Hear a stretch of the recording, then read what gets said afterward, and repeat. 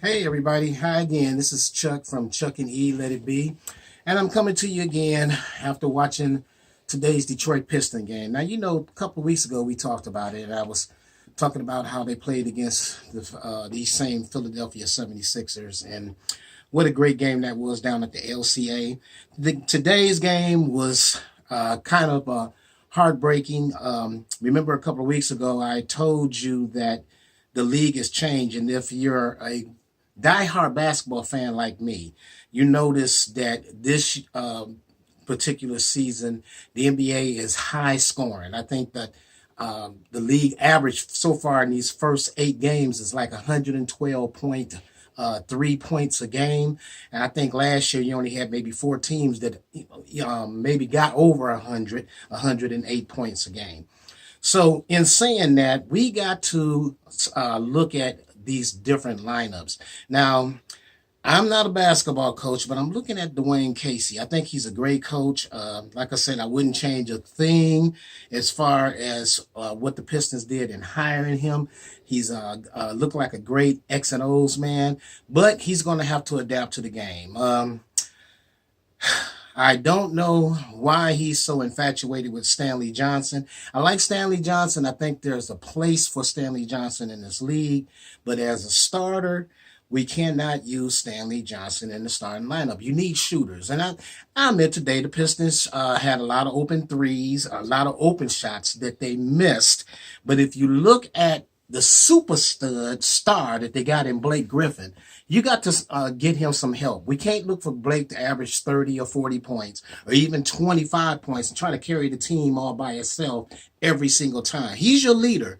And Andre Drummond needs to take a page out of his book. When he gets down in that paint, go up strong with it. But as you notice, when Blake is down in the paint, when them teams, the players triple team him the way they do, players is going to be open. We need players that can hit jump shots. I cringed. I don't know. Somebody else chime in on this with me.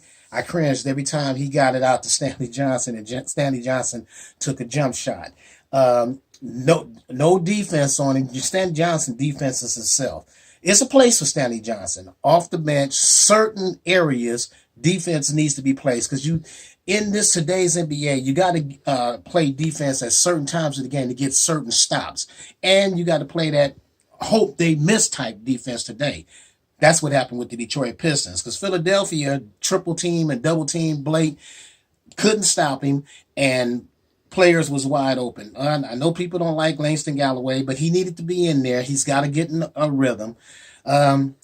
Like Reggie Jackson, but still trying to play hero ball. I'm gonna watch that. If like I said, chime in on me with that too to see how that's going to go because Reggie's used to having the ball in his hand. I know Isaiah Thomas said a couple of days ago that him and Ish Smith then brought in. Well, Ish Smith has brought in. Ish Smith has definitely gotten better at shooting the 3-pointers.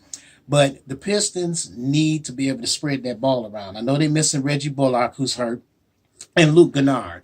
But you still need to put C3 in there. I think C3 can hit some jumpers.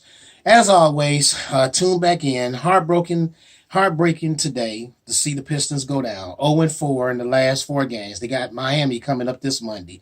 So we'll see what happens. Only 8 games in the season. I've seen a couple of videos today. Some very passionate Detroit Piston fans out there. You'll never see me on this video cussing and doing all that other stuff because I love the Pistons. But in saying that, let's just hold them accountable and let's just keep watching them and see what's going to go on. Keep your heads up, Pistons. And as always, Detroit Piston fans, keep your heads up. This is Chuck from C&E. Let it be.